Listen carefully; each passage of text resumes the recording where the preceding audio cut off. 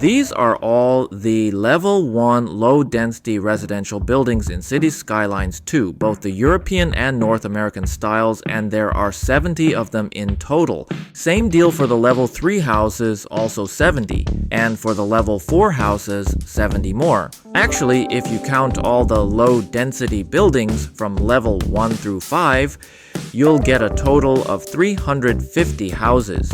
If you invest an hour of your time arranging them and then another hour tweaking their colors, and this is what they will look like. However, if you pay close attention, you might notice that something feels a bit off. There's no difference between the level 1 and level 2, they're exactly the same. And for the level 3 and level 4 homes, they're no different from one another either. Level 5 houses stand out as the top-tier homes in the game. They look different from the previous 4 levels.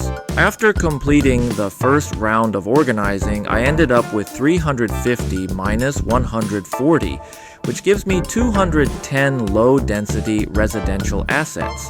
But it's pretty obvious that a lot of these are still repeated. The only real differences are the sizes and those yard decorations. Take these modular homes for example. It looks like there are 32 different styles. But in fact, there are only 8 truly unique designs.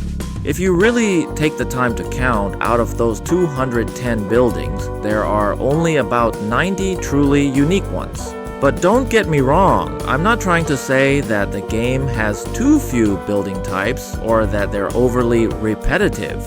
In fact, it's the opposite. I think the variety of buildings in Cities Skylines 2 is more than enough. These are all the low-density commercial buildings. I've already removed the duplicates, so what's left are all unique ones. These are the industrial buildings. I got rid of the identical ones, so each one you see here is unique as well. And these are the commercial residential mixed buildings. In my opinion, these buildings are super well designed. We can totally use these to create some amazing builds. There's clearly a wide range of options, much more than what was available in the vanilla game of Cities Skylines 1. So why do people still feel like the game lacks building variety? I believe the real problem here is the color palettes and zoning building auto-generation process. It causes some of the more unique buildings to lose their standout appeal.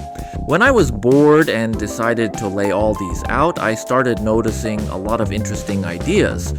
And I really wanted to bring out the true charm of these houses. That's how the Thousand Islands series came to be, and in the upcoming videos, I'll be selecting a few matching buildings each time, arranging them in different ways to create unique island builds. And today, as the first episode, we'll be building 2 small islands. For the first one, we'll be using these modular home assets to create a nice island trailer park. If you've watched my Abandoned City series before, you might recognize these mobile homes. We'll be using basically the same assets, but in a completely different way. This time, we're going for a bright tropical vacation-style trailer park. If you enjoy it, don't forget to like and subscribe. I'm not sure if those likes actually help with the algorithm, but I'm certain they definitely help keep me motivated. It takes more effort than you might think to bring these videos to life, and I truly appreciate everyone who watches. If you'd like to take your support to the next level, I now offer a membership option with special perks just for you. It's a great way to connect directly and help me keep pushing forward with new projects. And in the last episode, I mentioned that this new series would offer some surprises for my channel members. As a thank you to my first 2 members, the 2 small islands in today's episode will be named after them. But before any of that, let's talk about what's on this island. First off, this island is home to a trailer park. If you're not familiar with what a trailer park is, it's basically a community where people live in mobile homes or trailers. Despite the name, most mobile homes or trailers in parks are not easily movable. Once placed, they often stay in the same spot for years or even decades. And moving a mobile home can be costly and logistically complex. You might need professional services, permits, and sometimes even local zoning approval. Simply put, it's quite costly, and if you've got the money, it's smarter to just go for a pre-settled trailer. This is roughly the layout of our little island. The community also features a basketball court and a tennis court, so it's definitely not the typical rundown trailer park.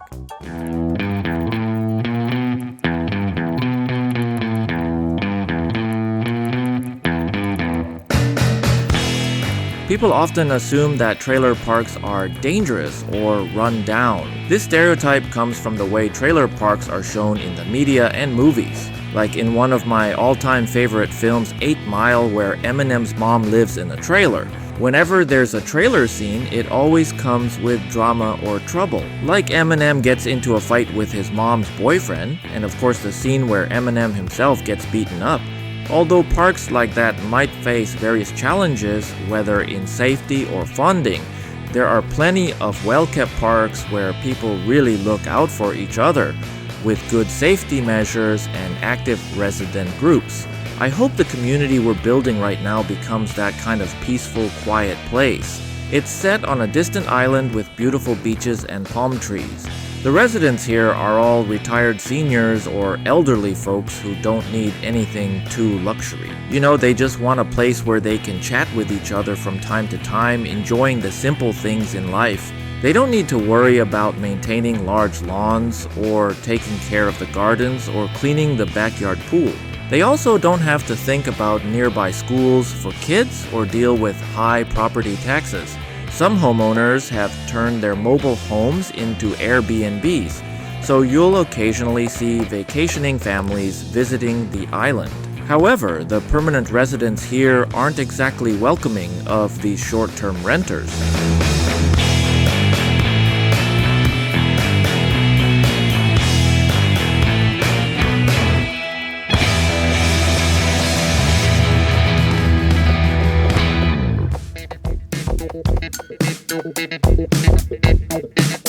So after getting all the buildings laid out and the ground textures painted, the next step is adding some decorative elements. I'm sticking to the basics here, just rocks and trees, easy as it gets. I mean, when I say it's easy, I really mean if you have the copy-paste mod, because without it, placing all the rocks manually would have been a total nightmare.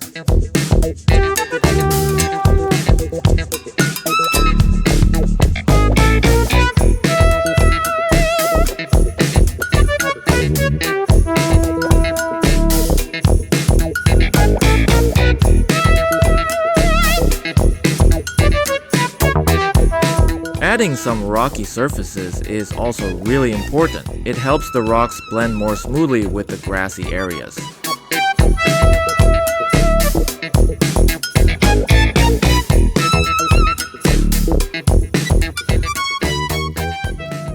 I need to make the color of these trees a bit brighter here, aiming for, let's say, a more vibrant, fresh feeling. You know, sometimes playing Cities Skylines feels a lot like painting, or I should say, maybe more like building with Lego. You take all those different pieces with different colors and fit them together to create something that looks exactly how you want it, or you can just go with the flow and end up with a result that might even surprise yourself. Either way, I always like to organize my Lego pieces first, sorting them by color, size, or something else. You know, having everything neatly categorized makes the whole process more enjoyable. Anyway, that's also why at the start of the video I lined up all the buildings. It's just like sorting out Lego pieces. I mean, before you start building anything, it's better to know what pieces you have, right? I also set a general guideline for how detailed the build should be. For example, I'm not focusing as much on small details in this project compared to the abandoned city, like avoiding overloading it with things like dirty decals. Or small stuff, you know. I want the level of detail on these islands to look good from a medium distance. There's no need to go crazy with close-up things. And speaking of detailed builds, I have to recommend one of my favorite city builders, Red Kool-Aid. He really got some seriously funny videos, and you've got to check out his big-ass morning show. It's incredible. and you'll love it. There are still plenty of YouTubers focused on city skylines that you can watch today, but I've noticed something lately. The city builders I used to love watching have gradually disappeared. I'm not sure if it's just me or if something actually has really gone wrong. Let's say Taser here. I was a huge fan of his work, and I bet most of you have never even watched his videos. His builds were truly incredible, especially his Route 66 town. Watching it now takes me right back to those days. It brings back so many memories. That was even before the pandemic, and I remember how I used to lie on the couch after lunch and watch him build this little forgotten town along Route 66. It was such a relaxing experience, such a peaceful vibe, especially with the rain or snow falling outside. Back then, we also had series like Little France. It was absolutely gorgeous, and it had a unique romantic atmosphere that was just unforgettable. That time was so full of energy for the community. There was even one genius who built entire cities on Mars. If anything ever truly blew my mind, it was his work. It's just unbelievable. I would never ever expected a game could be that crazy. I guess that's enough of our trip down memory lane. And let's get back to the build. Even though I mentioned earlier that I didn't want to overuse those decals, but I just couldn't resist adding some in certain corners for a smoother transition. Besides adding the sand or dirt, I'm also planning to create some small ponds for the community. Something really chill and relaxing. You can imagine something like an old man's grandkids coming to visit, and he takes the little ones fishing by the pond, something like that, After this, I'd say our first island is pretty much done. If you have any suggestions or feedback, feel free to drop a comment anytime. And next up, it is time to name the very first island of our entire series. And we're going to name this island after my very first member, Levi G. And this island will be called Levi G's Landing.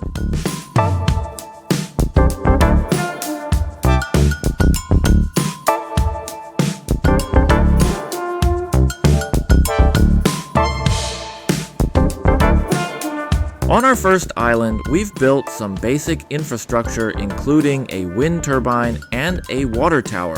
And now let's move on to building our second island. This island will feature a clinic and a police station, both essential early game services. A while ago, there were constant ambulance calls from the trailer park, so a clinic is definitely needed. I'm also planning to place another wind turbine here. It somehow looks pretty cool on these islands. And it won't have any residential buildings here. Instead, it'll be more of a shopping district, a traditional American-style shopping plaza. These kinds of areas usually include a variety of retailers, such as clothing stores, grocery stores, and restaurants. And you'll often find a huge parking space in front. Maybe there's a gas station as well. The design is usually straightforward, with single-story buildings arranged in a row or U-shape. They want people have easy access to all the stores. Sometimes you'll also find clinics in these shopping areas, like pediatric clinics, dentists, or even opticians. This type of shopping area is common in suburban or smaller towns and often serves as a central hub for the community. It is usually designed and built by a single developer, so their architectural style and colors are uniform. In the game, it's hard to say if these low-density commercial buildings are designed as a set, but once you change their color combinations to match, they immediately look like they belong together. And don't forget, we not only need to build parking spaces for customers. At the back of the shop buildings, we need some spaces for containers to dock. Delivery trucks that bring supplies to the stores every day also need a place to unload. And this unloading area we're building may seem way too luxurious. They are right by the beach. But anyway, once we place the police station and wind turbine, the island's facilities will pretty much be complete. Also, there's the ground texture painting process, which I honestly enjoy so much. The surface painting tool tool is so practical and really enjoyable to use. So for the next minute, I'll leave you with the music, and after that, we'll name this island.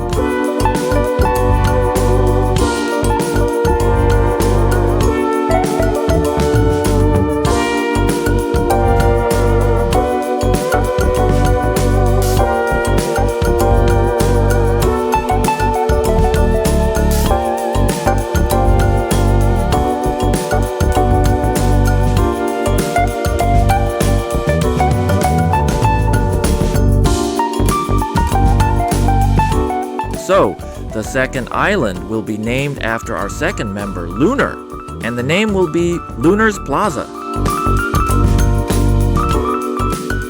According to local legend, Lunar was a mysterious traveler who arrived on the island under a full moon. With nothing but a backpack and a dream, he convinced the locals from the trailer park to help him raise the funds and build a plaza that would attract visitors from all over. Surprisingly, every time when Lunar set up a new shop, the moon seemed to shine a little brighter, almost as if it was blessing the plaza. To this day, it is said that on a clear night, you can still see the moonlight reflecting off the plaza's rooftops, as if the plaza still holds the magic that Lunar created.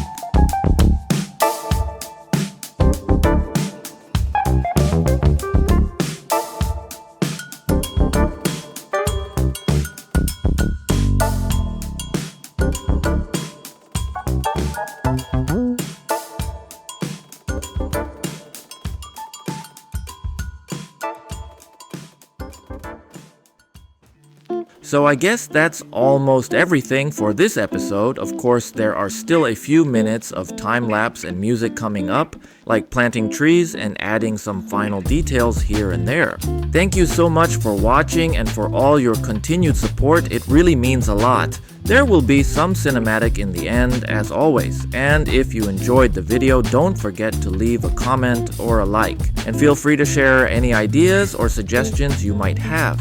I can't wait to hear what you think. And with that, we'll see you next time.